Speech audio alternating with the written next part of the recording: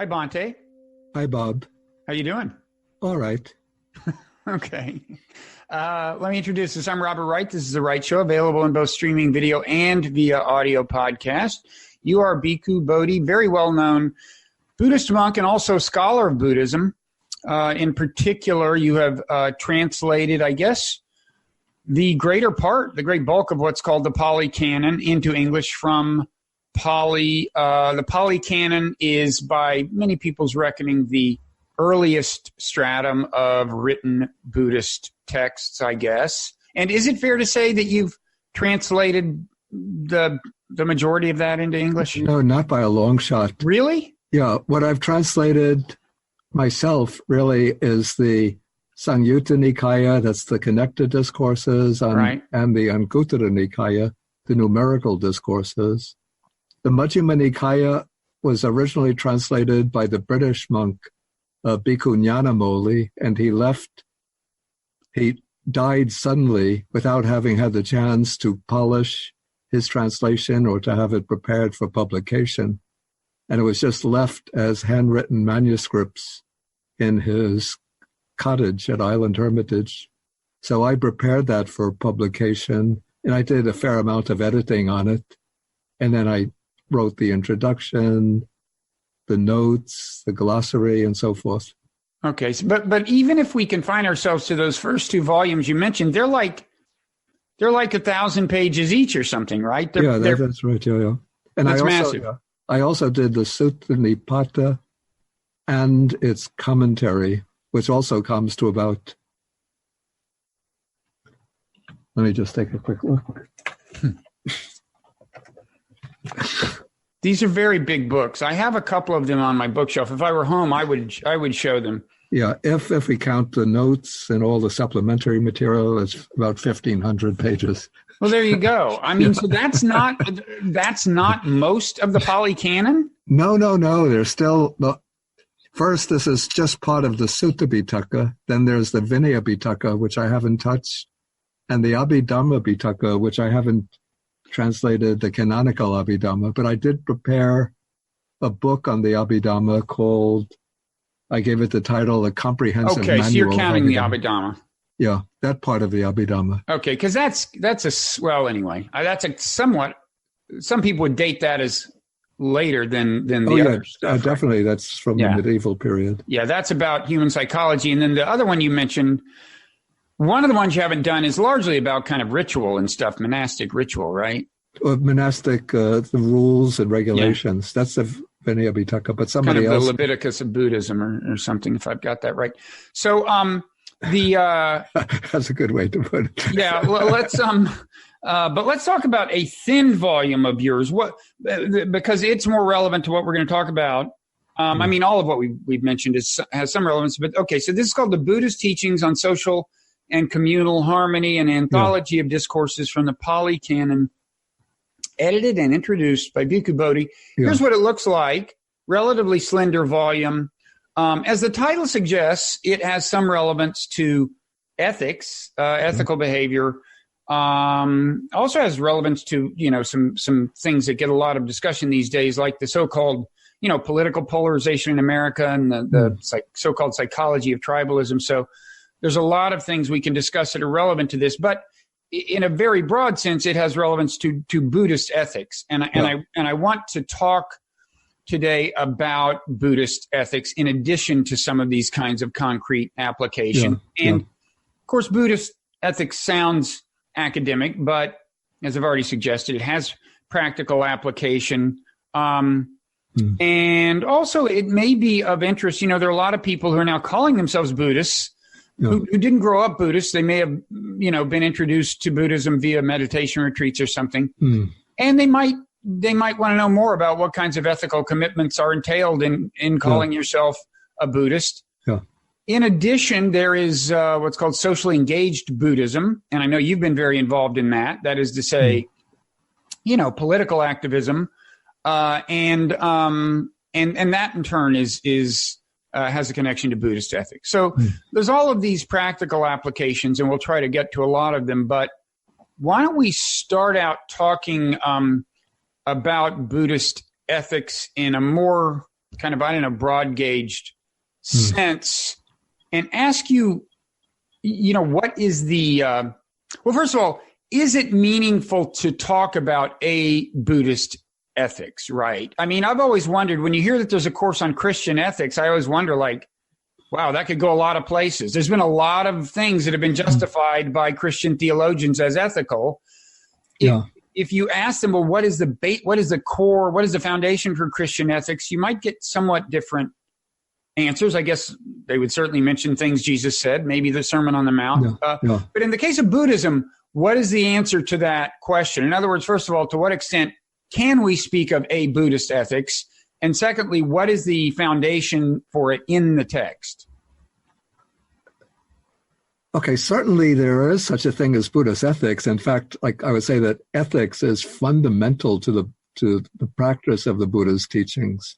So we find various formulations of the basic Buddhist ethical principles. For example, the most basic fundamental code of ethical principles that the Buddha lays down for the lay disciples are what are called the 5 training rules, the Pancha Sika Padani, or also the Pancha Sila. So this is one undertakes the determination to abstain from, one undertakes the training rule to abstain from destroying life, from taking what is not given, from engaging in sexual misconduct, from false speech, and then from the use of intoxicants. So those are 5 basic ethical principles. And then there are various like larger, more expanded version of the ethical code. And even in the Noble Eightfold Path, one finds 3 principles which cover the domain of ethics, 3 of the factors of the Eightfold Path: right speech, which has 4 subdivisions, right action, which has 3 subdivisions, and then right livelihood.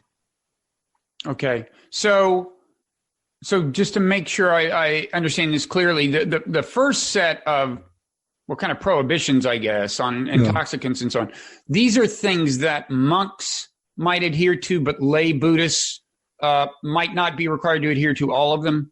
No, the 5 precepts are the precepts that are laid down for the lay community. The monks have a larger code of, let's say, ethical principles, or let's say training rules.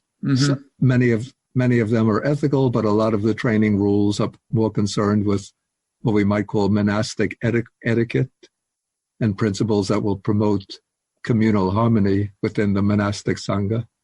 Okay, but does that mean, was one of those sexual abstinence, or did I misunderstand? No, not sexual abstinence. Good. Sexual abstinence is a training rule for the monastics. For the monastics, okay. Yeah, but for the lay community, of course, if the Buddha made sexual abstinence a requirement for the lay disciple, there would be no later generation of Buddhists. Well, I was going to say, the Shakers did try that, and there are not many Shakers. They had to recruit on a massive scale to keep their head above water, and in the end, it didn't work. Yeah, no, the third precept of the lay community is to abstain from sexual misconduct. Kameso michachara. And what about intoxicants? Can a lay Buddhist drink alcohol?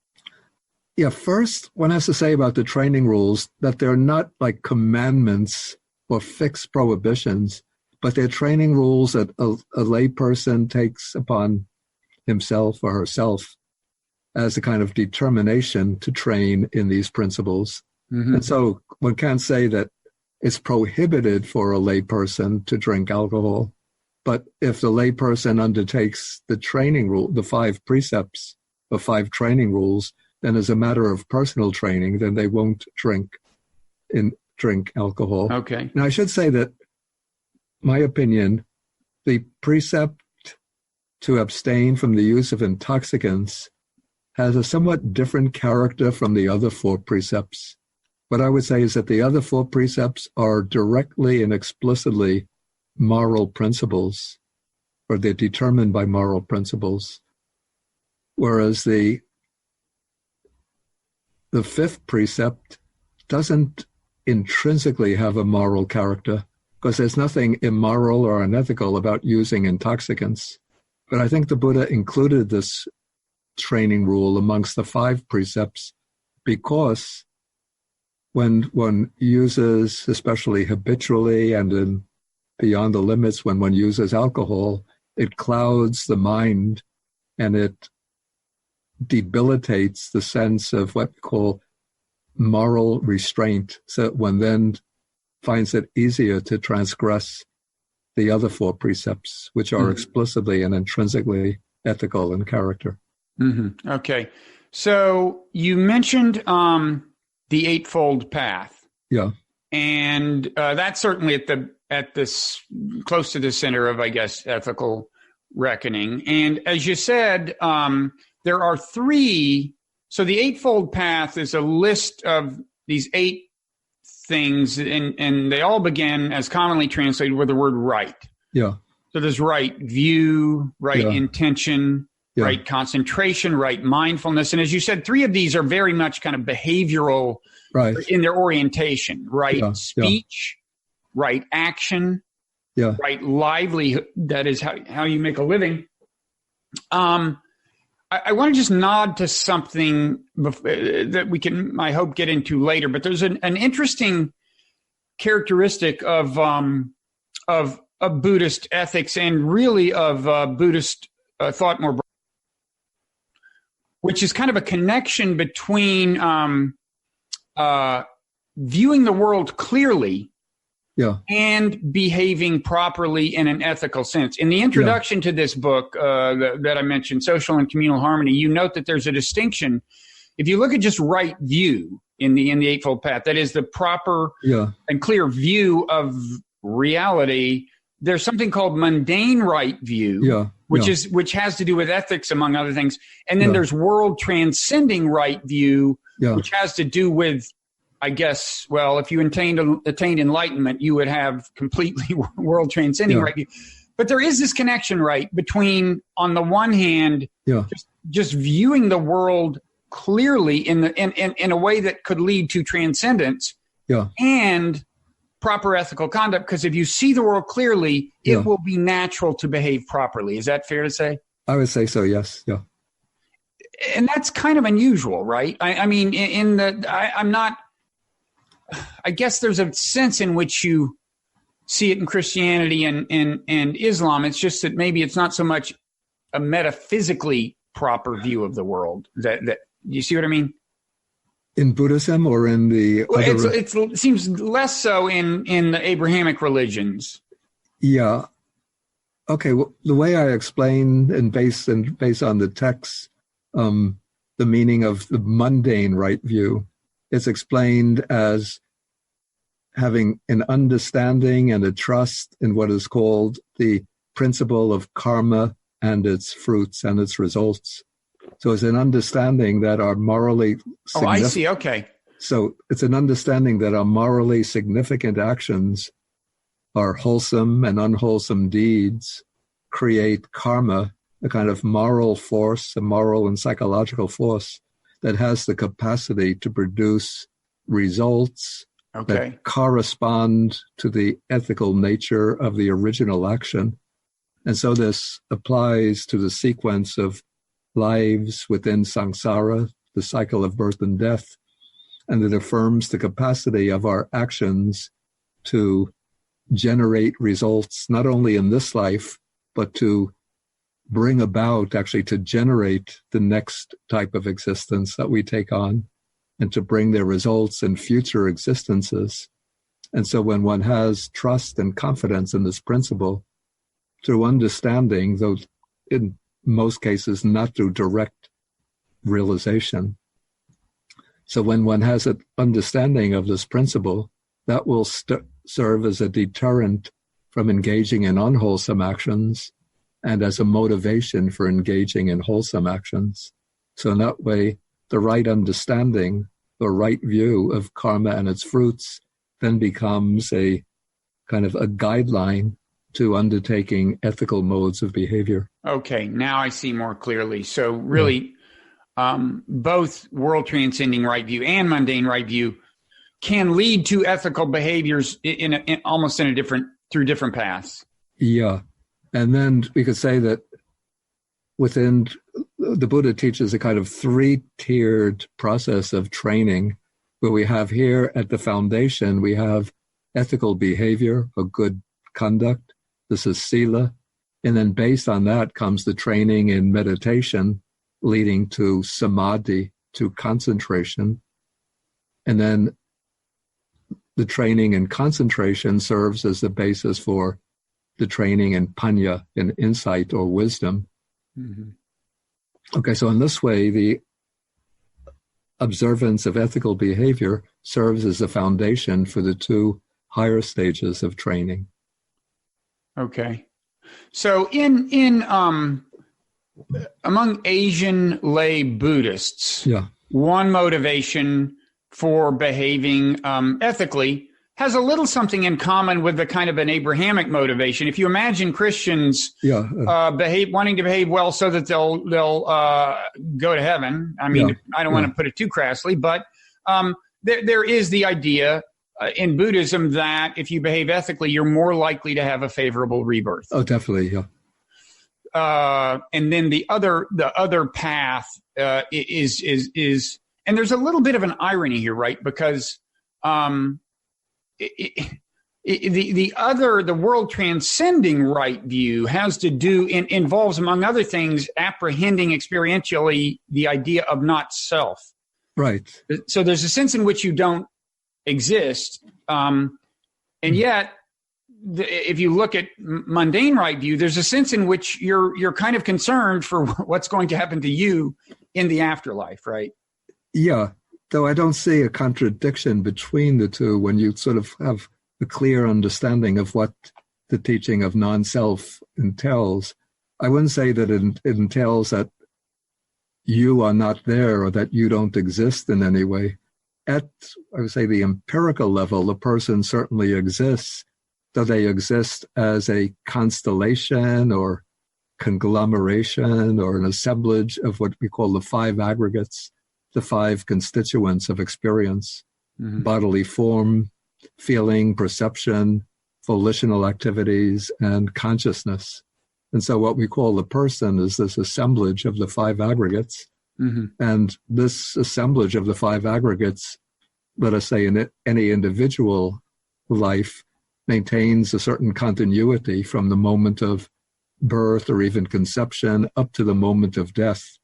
So even though I don't have a solid, substantial, enduring self, but there's a continuity, a consistency, a regularity to my experience, so that the actions that I do in the past will have consequences for me tomorrow, next week, next month, next year, even further into the future. And in the same way, because there's this continuity of experience within one life, what happens at death is that the body ceases to function, ceases to provide a support for the stream of consciousness, but the stream of consciousness moves on to a new existence, and the particular mode of existence that the consciousness takes on is what is governed by the karma created in this life. Okay. And on the one hand, you can kind of justify the idea of not self intellectually, philosophically, and you just did some of that. At the same time, in Buddhism, there's a way of just apprehending its truth experientially through meditative discipline, right? And in general, that's an interesting thing about Buddhist philosophy, is that this kind of two-sided nature of it. In the case of not self, my sense is that one dimension of the not self experience that has, or a kind of not self experience that has obvious relevance to ethics, is the sense in which you are actually, the bounds of the self are in a sense illusory, or at a minimum more porous than they may seem. You know, in other words, the bounds of the self that are the conception of which is so involved in selfish behavior, right? The idea that I'm me and everything else is less important. Yeah. There can be an experiential sense of the dissolution of the bounds. Is that fair to say? Yeah. And you have had that? That experience? Yeah. I'd say not in a radical way. That implies sort of a breakthrough to the direct realization of non-self, at the level of a liberating insight. I can't say that I've had that. But what I would say is that, through, especially when doing intensive meditation over an extended period of time, there comes, I would say, an insight into the way that what we think of as me, as I, one comes to see that what is taking place is really just a process of moments or occasions of the arising of consciousness or mental activity, sometimes governed by feelings, sometimes by thinking, sometimes by volition. And one just sees these different occasions of experience arise and then very immediately pass away. And so in that way, there comes, I would say, an attenuation of the sense of self. Mm-hmm. So the breakthrough to the realization of non-self comes with what might be thought of as the attainment of stream entry, like the first stage of enlightenment. And you have not had stream entry? I don't claim that, no. Yeah, I don't either. but still, I think we're at least seeing here when you describe that a way, that the what you call world transcending right view, movement toward right view in a certain sense can naturally, you might say, lead to more ethical conduct, because when you have that experience of a lessened separation from the rest of the world. Oh, definitely. Yeah, definitely. And then what I would say also that there are, within the sphere of Buddhist practice, the cultivation of certain meditative states that conduce to more ethical behavior. So it's not just a matter of rigidly observing precepts. Also, what I would say, the way I explained the 5 precepts previously was in rather negative terms, as abstaining from this, abstaining from that. But corresponding to the negative formulation of the precepts, one also finds more positive statements of more positive virtues that correspond to the abstinences. So, for example, one abstains from the destruction of life, and one dwells kindly and considerate and compassionate for the welfare of all beings. One abstains from stealing, and one lives honestly. One abstains from sexual misconduct, and one remains faithful to one's own partner. One abstains from falsehood, and one is committed to speaking the truth. Okay, so those are the positive moral virtues that correspond to the negative abstinences. Mm-hmm. But then there are certain other states that are cultivated, more fundamental states that are cultivated as meditations or as reflections. So these are sometimes called the 4 Brahmaviharas or the 4 immeasurable states of mind. So this would be boundless loving kindness, boundless compassion, boundless altruistic joy, and boundless equanimity or impartiality. And so through loving kindness, one develops the wish for the welfare and happiness of others. Through compassion, the wish to remove the suffering of others. Through altruistic joy, the rejoicing in the good fortune and good qualities of others. And through impartiality, the absence of favoritism, of preferring some to others. And so the cultivation of those qualities, I would say, help to dissolve the boundaries between oneself and others and make one more responsive to the needs and to the needs of others, and more willing and eager and determined to help them, to promote their happiness and alleviate their suffering. Okay. Now, you just made a lot of references to the impact of your behavior on others, other human beings, but also non-human sentient beings. is it fair to say that Buddhist ethics has a kind of a consequentialist tendency, by which I mean, the bottom line tends to be what is the ultimate impact of your behavior, as opposed to, in Western philosophy, there's a distinction between consequentialist philosophies, in particular utilitarianism, on the one hand, and then say, for example, virtue ethics, where there are just these virtues and you abide by them without necessarily, constantly kind of calculating without such emphasis on the consequences of the behavior. Does it make sense to think of Buddhism as having a consequentialist and or utilitarian tendency? I would say that Buddhist ethics doesn't quite fit into either of those categories, but perhaps it tries to affect a synthesis of them. Because what I would say is that certainly the virtues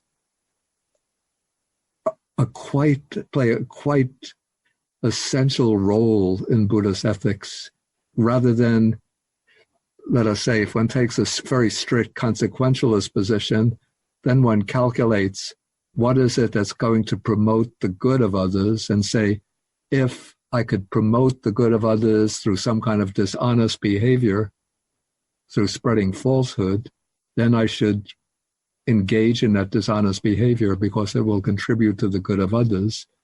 As a general rule, I would say that Buddhist ethics would discourage abandoning the virtues that lie behind ethical behavior in order to follow a strictly consequentialist approach to conduct. Okay. But I would say also, and this is my opinion where I've been attacked for this by some stricter adherents of virtue ethics in Buddhism, that there are certain circumstances where I would say consideration of the consequences can justify a departure from a strict adherence to a virtue ethics. And I give as the primary example of this the case where, we always have to go back to Nazi Germany for examples. Okay, the Nazis are rounding up the Jews. I see that my neighbor is hiding some Jews in his basement or attic, and the SS, the Gestapo, come around and ask me, have you seen that any of your neighbors is harboring Jews? Okay, in this case, I'm not going to adhere strictly to the principle of telling the truth at the risk of putting those Jews in my neighbor's basement at risk of being rounded up and killed. Okay. There's a kind of related, there's another question that's relevant to this kind of consequentialism question, which is, in Western, certainly in Western jurisprudence, there's a lot of emphasis on moral culpability and on retribution as a good in and of itself. So in the American legal system, even if you have somebody who committed a crime, even if it's not going to do any good to punish them, there's still a doctrine that justifies punishment on grounds of retribution and retribution alone. Now, my sense is that in Buddhist reckoning, there's a greater relative emphasis on the question of, will this do any good? And how, in other words, what's the best way to solve the problem? I think of it as having a pragmatic air that puts perhaps less emphasis on things like retribution as moral goods. Does that make sense? That makes sense, though I don't know whether any traditional Buddhist country has. Well, this is separate question. Has based its penal system or its system of its legal system on considering rehabilitation as a goal of the penal system. Well, deterrence is another consequence that is separate from retribution. So there's, So you could imagine, a system that emphasizes deterrence and rehabilitation, but not retribution. In any event, is it a fair characterization of Buddhist philosophy? What I just said. I would say it's a fair characterization of Buddhist philosophy, but not necessarily of the way the legal systems in Buddhist countries operate. Okay. So on this issue of the well-being of others, as we said, in Buddhist thought, that extends beyond human beings to all sentient beings. It's a phrase you see in Buddhist texts. Exactly. Yeah.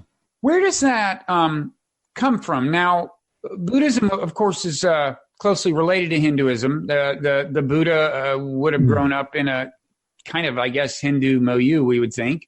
And when you think of the prohibition on, say, in India, killing cows or something, that's typically connected to belief in the idea of reincarnation. In other words, that could be a former human or something. That's at least the Western, the version of it that makes it into the West, right? In the case of Buddhism, I never hear that that kind of rationale. In other words, I've never heard the respect for the well-being of all sentient beings being connected to the doctrine of rebirth. I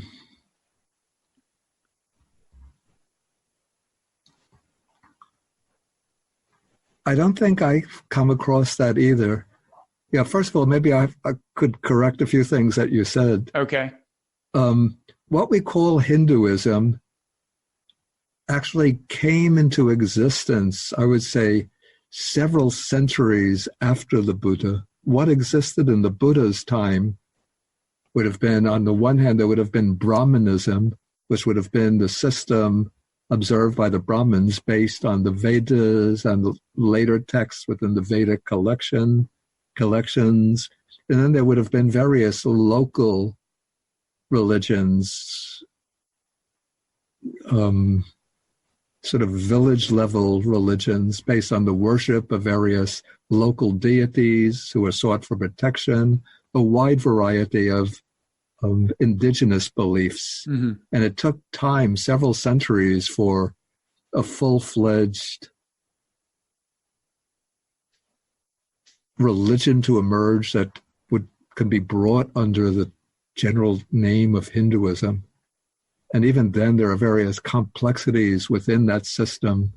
Like, I think for centuries, the Shaivists, the worshippers of Shiva, had a quite hostile relationship to the Brahmins, who were the followers of the Vedas. Mm-hmm. And then on the other hand, there were those who worshiped Vishnu. So there were three basic spheres: Vaishnavism, Shaivism, and Brahmanism, which at some point coalesced, perhaps even in the medieval period, to give rise to what we now call Hinduism. Yeah, I've even heard people say Hinduism didn't exist until Westerners gave it that label. but I think that, that's going further than you'd want to go. But the doctrine of reincarnation would have been around when the Buddha grew. Yeah, definitely. And I mean, It would have been part of the cultural milieu in which the Buddha grew up. But I haven't come across rebirth or reincarnation used as a justification for, say, the Buddhist principle of ahimsa, of non-harming others. Rather, what's given as the reason is the fact that all beings are averse to suffering and desire happiness. All beings are afraid of death and want to live. Mm-hmm. For example, we have Dhammapada, some verses in the chapters of the Dhammapada. It's a really striking feature of Buddhism, though, right? Yeah. I think quite impressive. What is the concern for the well-being of all sentient beings? Yeah. And also, I mean, coming back to Brahmanism, even though I think the idea of the sacred cow also, I think, came into Hinduism at a later time, subsequent to the time of the Buddha. Yes, because in the Buddha's time, the Brahmins were staunch proponents of sacrifice of animal sacrifice, including the sacrifice of the sacrifice of cattle. If you look in the Sutta Nipata, I think it's called the Brahmana Dhamma Sutta, one of the chapters in the Sutta Nipata. For our podcast listeners, I'll do a narration of you looking this up. You're looking this up. Yeah.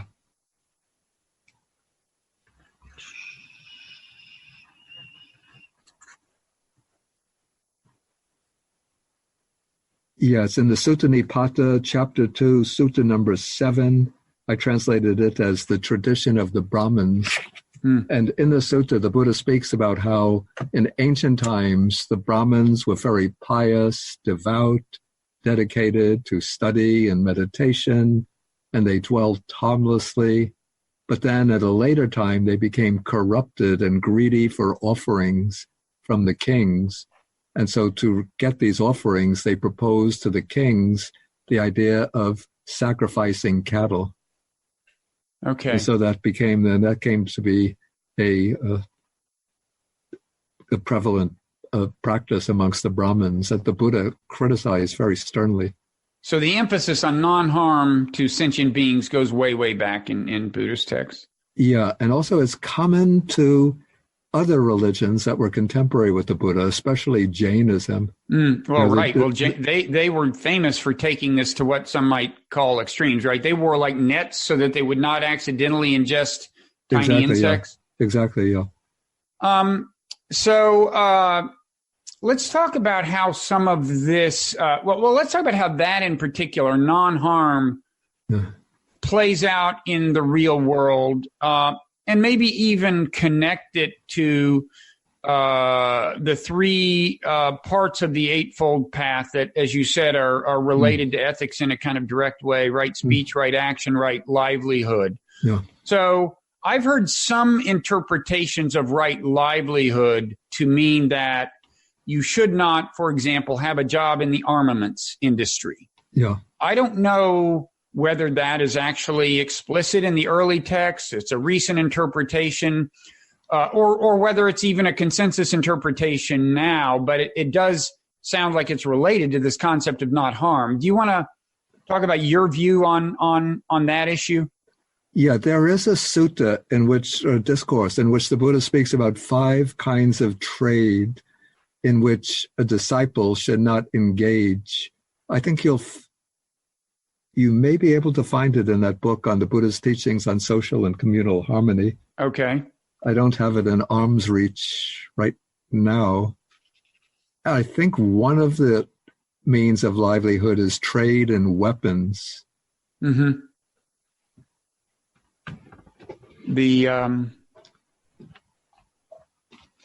Let me see, I should be able to find it. And of course, this is in another book. Another area where the actions of Buddhists do not always correspond with the ideals. Oh, definitely. Which tends to be true in religions.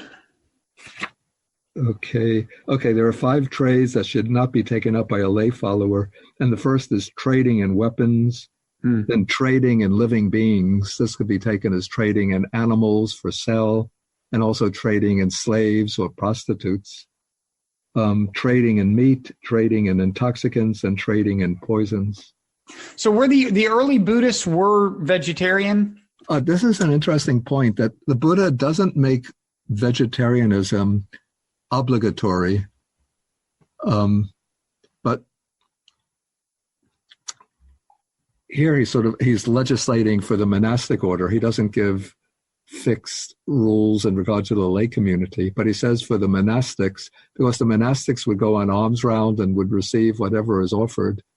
So he says that it's permissible to eat meat, except there's few kinds of meat from certain animals are accepted, but generally it's acceptable to eat meat on condition that one has not seen, heard, or has grounds for suspicion that the animal was killed specifically for oneself.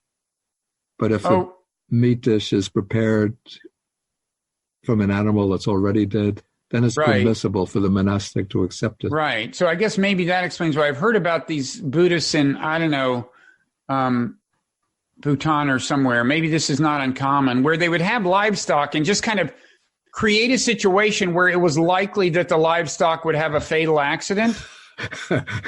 I'm not kidding. It was like they raised them on the edge of a cliff, and there would, my wife read about this. I'm serious. Put a guillotine within the cow pen, and just and then oops, with just timed for the blade to drop at a particular time when the clock strikes 3. Yeah, or there's trip wires all over the place. And then if the animal happens out of curiosity to stick its neck within the guillotine and the blade drops, well, we're not responsible for the death of the animal. I'm sorry to say, I think there is something like this going on somewhere in some Buddhist country. I'll go ask my wife what the details are, but not a guillotine, but I mean, there was really something like, I think it involved a cliff, but anyway, but I should say in Buddhist countries, like in Sri Lanka,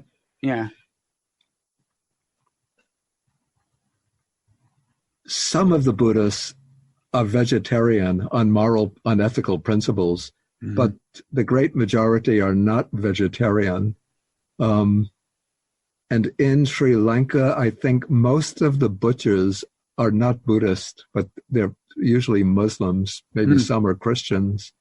And then a lot of the Buddhists, probably the main kind of meat that they eat would be fish.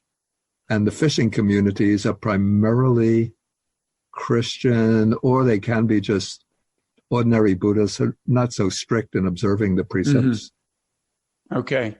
So on the issue of armaments and non-harm and so on, you would think that this would give Buddhist philosophy, at least Buddhist kind of philosophical ethics, a very anti-militarist bent.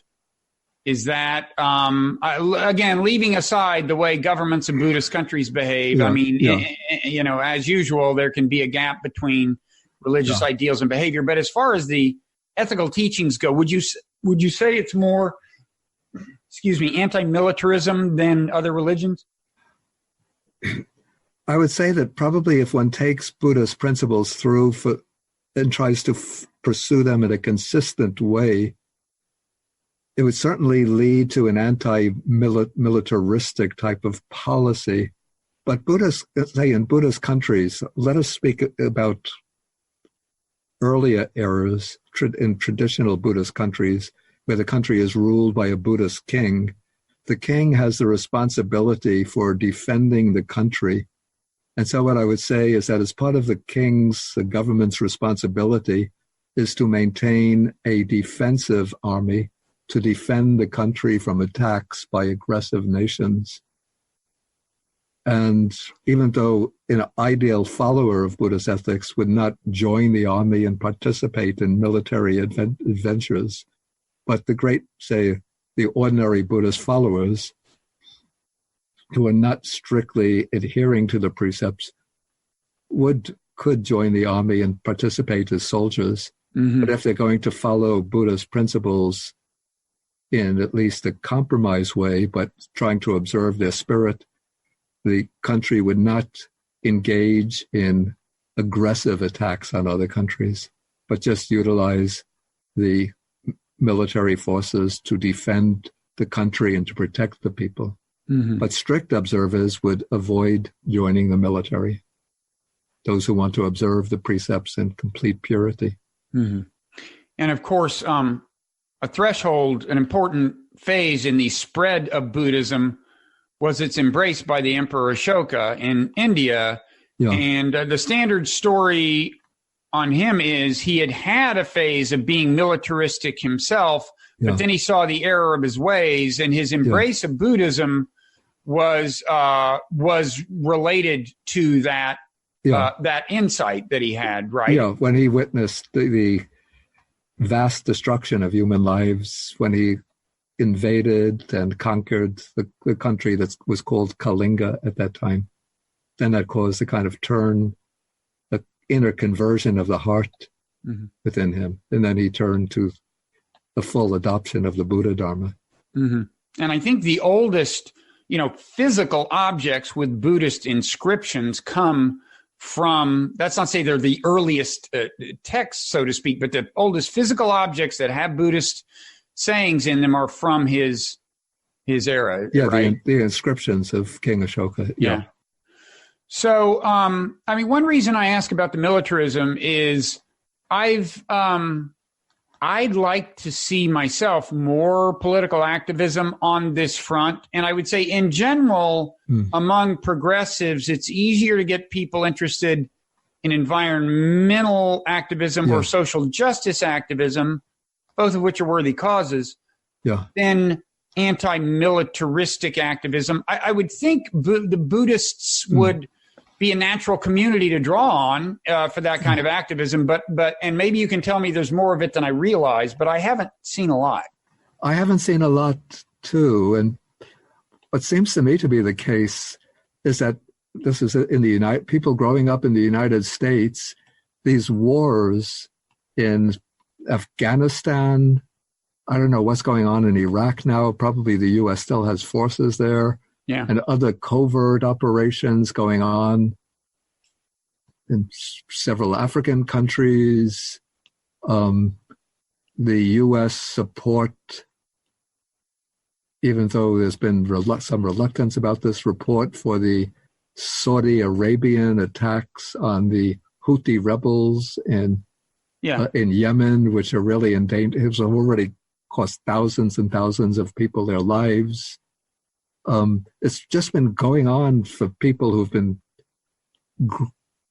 have grown up within the 21st century. It's just been like the quiet background of our lives, and it doesn't create splashes in the headlines anymore.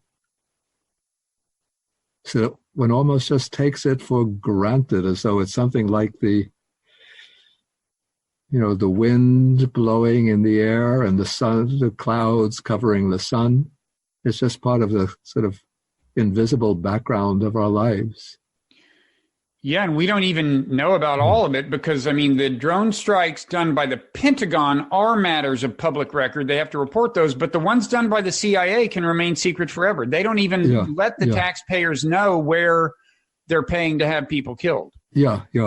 Also, the drone attacks on really innocent people in Pakistan and Afghanistan, which just obliterate people at weddings, at social events, in the marketplace, just on the narrowest suspicion. Often not intentionally, but on the other hand, in other words, it's technically collateral damage. On the other hand, that if you have a sustained program of these strikes with the rules of engagement you have, mistakes will be made a certain percentage of the time.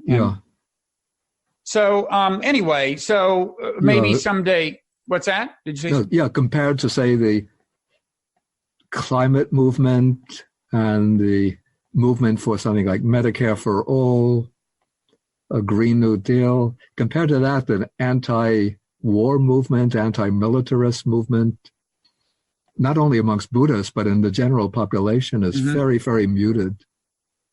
Of course, there are some people who are speaking out, but they hardly receive any kind of publicity. Okay. But should momentum ever develop, we can count you in? Yeah.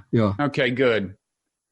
I may get back to you on that. Yeah. I may call you to march in the streets of New York. By the way, you are in New York, right? At this monastery. Yeah, you came to speak here, so it's in upstate New York. Yeah. Through your good offices, I had the honor of giving a talk there, and I saw apparently the largest Buddha statue in North America. Is that right? That's a big Buddha. Probably in the Western Hemisphere. It's a big Buddha. Yeah, it's a very big one. There is supposed to be a big one near Princeton, New Jersey. Also. There is? Are you in Princeton? Not at the moment, but I live there. Yeah. There's a Sri Lankan temple. It's called the New Jersey Buddhist Vihara in Princeton or out just near Princeton. It's supposed to have a very big outdoor Buddha. I'll have to check that out. Yeah. Okay, so let's So again, right speech, right action, right livelihood are, parts of the Eightfold Path that are very ethically weighted. Right speech has always seemed to me, as strictly interpreted, a very demanding thing. I think it would render 20 to 30% of my utterances, off the table. Yeah. What can you tell us what right speech entails in your mind? Okay, there are 4 components of right speech. So from the negative point of view, it's abstaining from lying, false speech, abstaining from divisive speech, and that means spreading tales when there's a group of people living in harmony and one wants to win the favor of some members of that group towards oneself. One spreads tales in order to create divisions between them. These are false tales. They could perhaps be even true tales, but the motivation, the intention is to create division. So one speaks what's not necessary. So even though what one says might be true, it's not necessarily to speak the truth about these. So divisive speech per se is bad. Yeah, it might be called also slanderous speech. Although that typically connotes untruth, I think.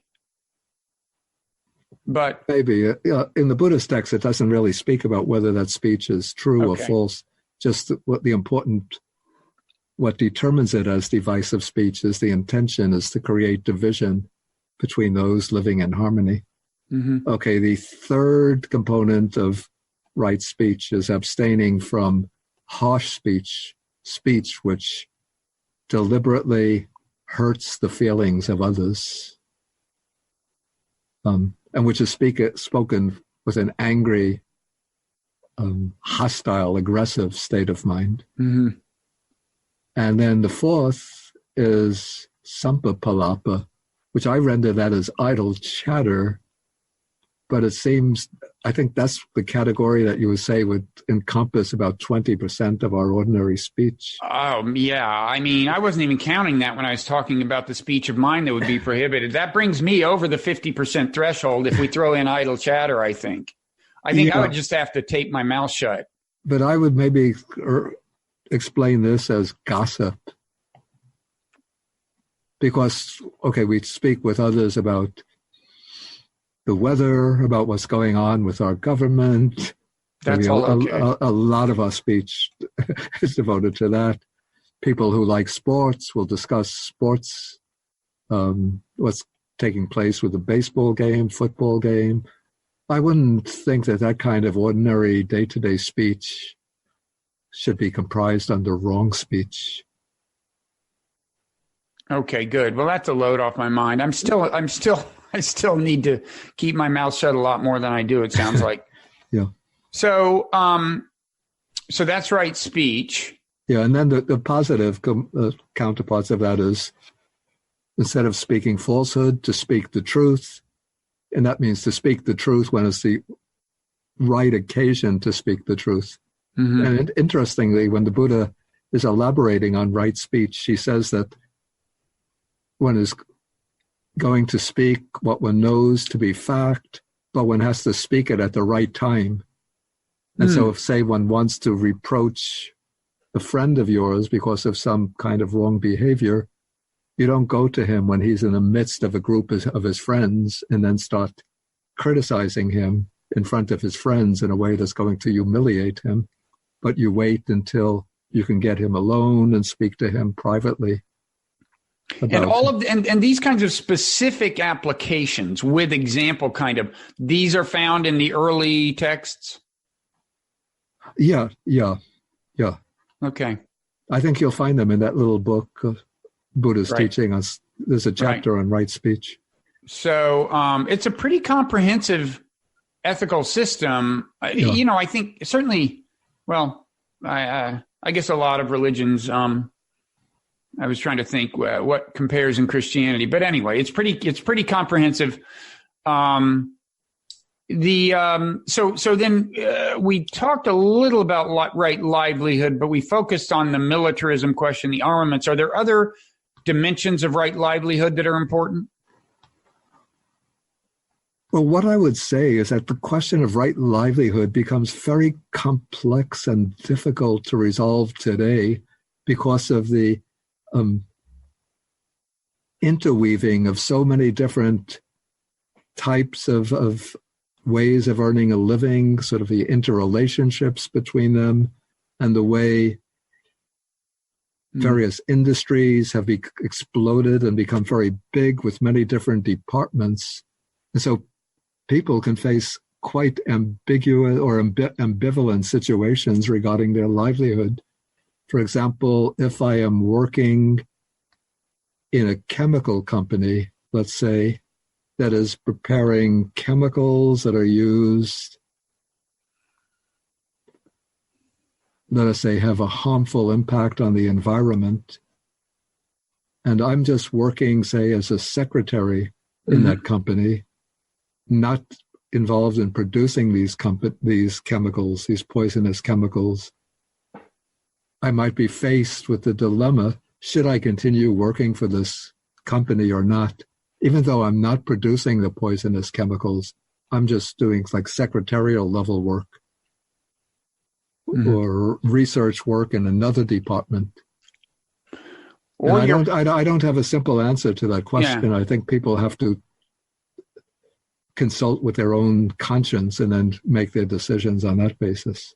But this comes up now in the form of Pentagon contracts with these Silicon Valley companies. So you might be at Microsoft just working on the issue of virtual reality or augmented reality and so on. And then it turns out that once these products are developed, Microsoft is selling them to the Pentagon, which they are, or Amazon is bidding for a big cloud computing contract with the Pentagon. Google actually gave a contract up after worker protest, but it was another case where you could have been working on AI at Google without any idea that ultimately it would help in the killing of people in other countries. So it is complicated. Now, are there whole other parts of right livelihood that have nothing to do with the non-harm principle, or is that mainly what right livelihood is about?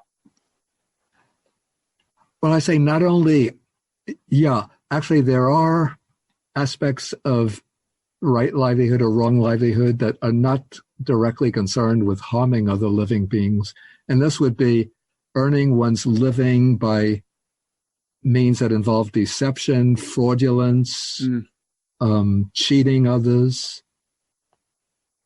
So I think there are places where the Buddha speaks about abstaining from earning one's living through deception, fraud, like, what are these called? Where you measure goods, for example, by weight, and then you have the false weighting so that you are charging higher prices in order to cheat people. Okay. Yes, so he mentions those as examples of wrong livelihood. Okay. Now, what about so there's right speech, right livelihood we talked about, then right action, the third of the three. What's left over for right action? That's a pretty broad sounding term. Yeah, but it's given specifically as the ethical principles laid down in the first three precepts: to abstain from killing, to abstain from stealing, to abstain from sexual misconduct. Okay. So there's a certain amount of overlap among those three. Now, are there is there anything fundamental we've missed in terms of talking about the foundation of Buddhist ethics, the textual foundation, the intellectual foundation, or anything major in terms of the kind of thematically, in terms of the emphasis, the upshot of Buddhist ethics?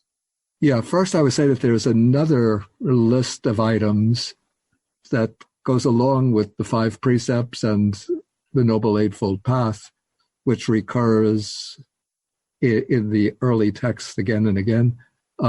This is called, we have the negative form the 10 courses of unwholesome karma, and then the counterpart, the 10 courses of wholesome karma. So the 10 courses of unwholesome karma are killing, stealing, sexual misconduct.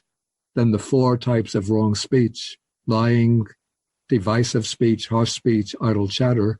But then we have added to this 3 mental factors. So one is covetousness. The Pali word is abhijja, which indicates strong craving. So this is the craving as it takes the form of desiring to obtain the possessions of others. Mm-hmm. And then the second one is ill will, which takes the form of explicitly desiring others to meet with harm and with misery, with suffering. And then the third is wrong view, and that is the view which denies the validity of moral distinctions and which rejects the principle of karma and its results. Yeah, so we have that code of 10 types of unwholesome karma, and then it has its counterpart as the 10 courses of wholesome karma. Mm-hmm. Now you mentioned covetousness, and you used the word craving as another term, and that's another area where there's a kind of connection between ethical conduct and just the accurate apprehension of reality, right? Because it is thought that in Buddhism that one of the fundamental impediments to seeing the world clearly is craving, is always wanting something, always wanting for things to be different than they are. Yeah. And so and you know that leads. I mean, I think I should pause and emphasize that that's really fundamental, right? Like that is in the. I mean, first of all, the Buddha says that craving is in the famous, his first post-enlightenment sermon at Deer Park.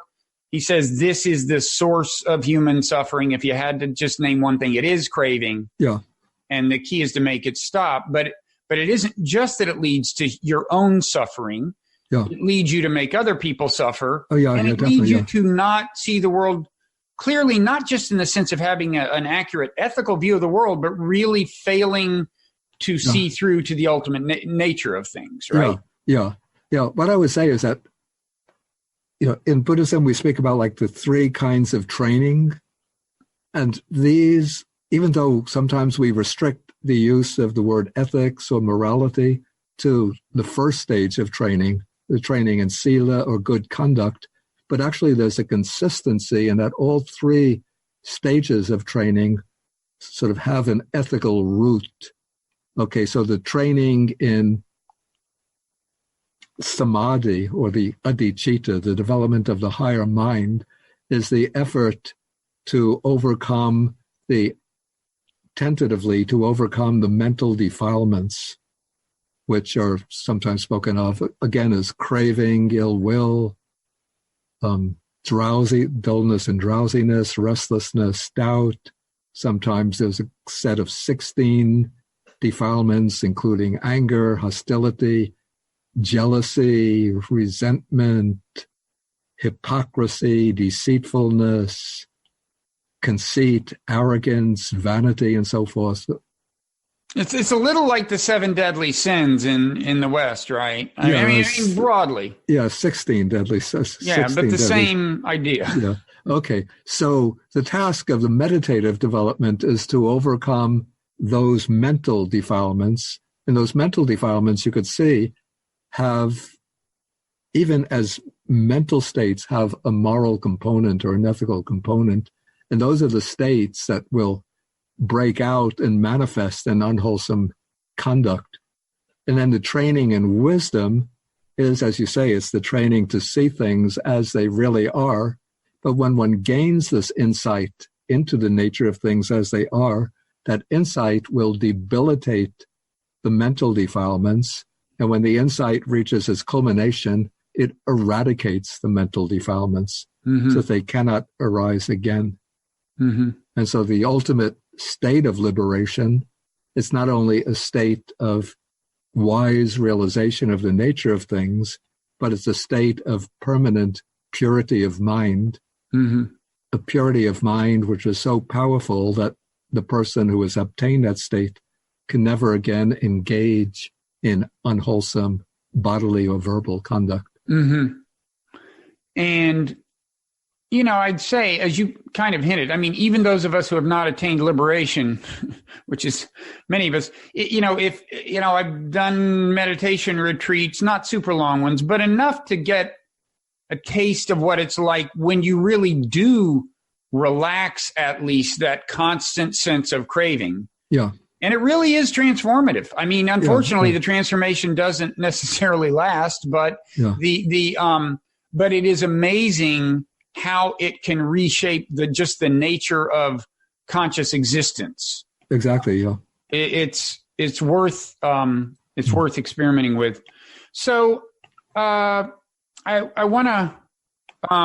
We should probably draw this to a close. I have one more kind of fundamental question, but before I get to that, is there anything else you want to say about Buddhist ethics? Okay, I would say that there's an interesting sutta, a discourse that the Buddha gives to his son Rahula, who is just at this time, he's just still a young boy. And in this sutta, it comes at the end of the sutta. This is in the Majjhima Nikaya, sutta number 61. He explains to Rahula that before one engages in any type of action, bodily or verbal or mental action, one should reflect, will this action of mind lead to my own affliction, to the affliction of others, or the affliction of both? If one sees on reflection that it will lead to the affliction of either oneself, others, or both, then one should understand that this is an unwholesome action and one should not engage in that action. Whereas if one sees that the action will not lead to the affliction of anyone, but will be beneficial to oneself, others, or both, then one can understand that's a wholesome action and one can engage in that action. Okay. So that's the big question to ask. So as for the question I wanted to ask you, we mentioned that according to the Buddha, the source of a lot of our suffering and suffering we inflict on others is craving, even in the kind of limited sense, for always wanting things to be a little different, a little better. Couldn't I be a little happier if I had more of this? Yeah. Or wouldn't I feel a little better if this one irritation weren't here? Yeah. It is, you could characterize that as learning to be happy with the way things are. I mean, that's kind of what it is. But when you examine that in the context of activism, of political activism, the question becomes, well, if the Buddhist ideal is to be happy with the way things are, why should there be activism? And I guess there's two versions of this question. I mean, one is, I think you're going to tell me that, well, for one thing, you can find in the Buddhist texts ethical exhortations based on ethics to actually go out and make the world better. Yeah. There is this separate, well, first of all, before I get to that rest, I assume that's true, right? Yeah, though I think maybe I should say that when you explain craving as you explain craving as the desire for things to be better than the way they are or different from the way they are, and then say that if we're really committed to eliminating craving, it means we should accept everything exactly the way it is without desiring it to be different from the way it is. In my opinion, that's not a correct understanding of craving. Craving is really understood as the desire to obtain, possess, and enjoy things that are not presently one's own. So it's a blind and selfish desire for, usually it's explained as desire for enjoyment through the senses, or the craving for a different kind of existence, particularly within the framework of the teaching of rebirth, the craving to be reborn in the heavenly world or in better circumstances in the human realm. And I think what's really, in my opinion, what's left out of the Buddha's explanation of craving, but I would add this as a very important mode of craving, is the craving for power and domination over others. Mm-hmm. It seems that that's a gap within the teachings that have come down. Okay, in any case, so I don't think that craving implies that one inevitably accepts things exactly the way they are, including, let us say, oppressive, unjust, harmful and destructive modes of social, economic, and political organization. I would say that there's a righteous kind of desire, the desire to establish a political, social, and economic order that is under the dominance of Dharma, understood as this principle of rightness, virtue, and goodness. And so when there's, say, a political system or economic system which is inclining towards adharma, unrighteousness, lack of justice, then we have even a moral obligation to pursue transformations in the social, political, economic system that will bring them into accord with Dharma, the principle of rightness and justice. Mm-hmm. Okay, I'm on board with that. Let me ask you a slightly different version of the question, which is, as a practical matter, have you seen the peril I'm describing as a real thing? In other words, have you seen people who use Buddhist teaching and meditation to learn how to cope with the world better than they had been coping with it, and in the course of going down that path, cease to try to change it, or just become ill-inclined to try to intervene in the world to make it better because they've found a way to make their peace with it?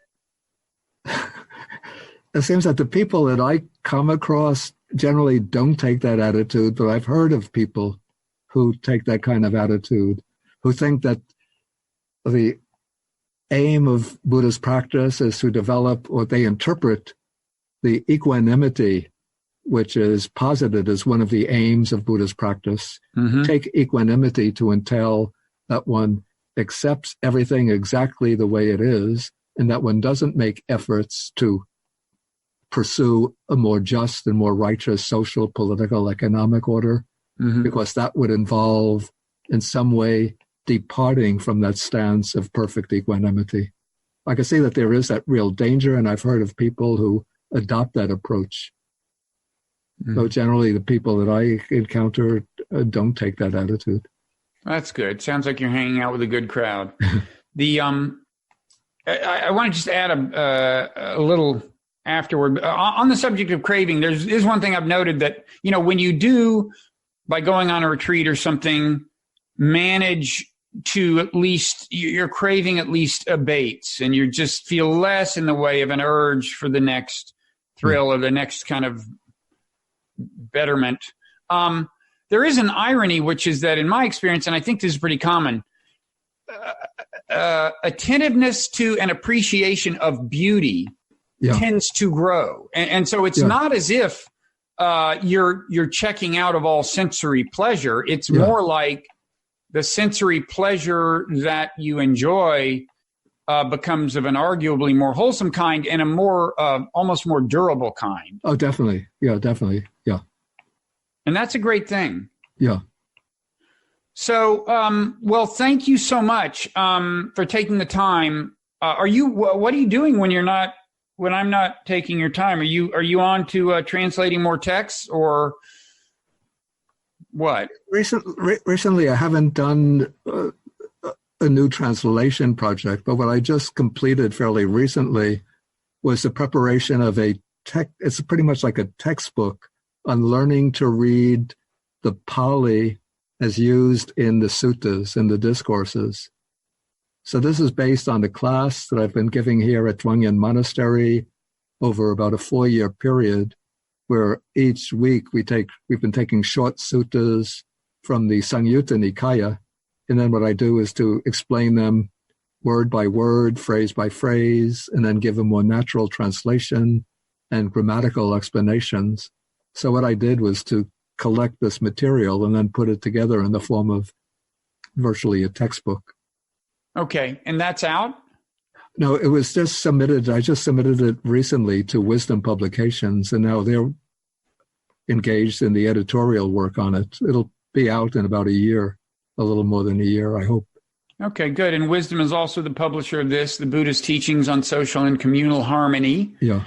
Edited and introduced by you. Yeah. And I think Wisdom is also the publisher of those vast volumes I alluded to earlier of your translations of the Pali Canon. Isn't that right? That is right, yeah. And okay, any place that people can find you online? You don't tweet, do you? Generally not, no. I tried one time going on Twitter and I just felt overwhelmed. Well, that's because a lot of people weren't adhering to the ideal of right tweet. Yeah, maybe that should be the ninth or maybe the fifth factor of right speech. Right tweet. Yeah. Yeah, I'll work on that. I wonder if I could do a little advertisement for myself. Absolutely. Yeah. In a way, this connects with the topic of Buddhist ethics, that back in 2008, together with some of my friends and students, we felt that Buddhists had to be more proactive in addressing some of the suffering and misery in the world. And so we formed an organization called Buddhist Global Relief, which we assigned to it the mission of addressing the problem of chronic hunger and malnutrition in poor communities around the world. So now we've been active for about 11 years, and we currently have about 40 projects in countries ranging from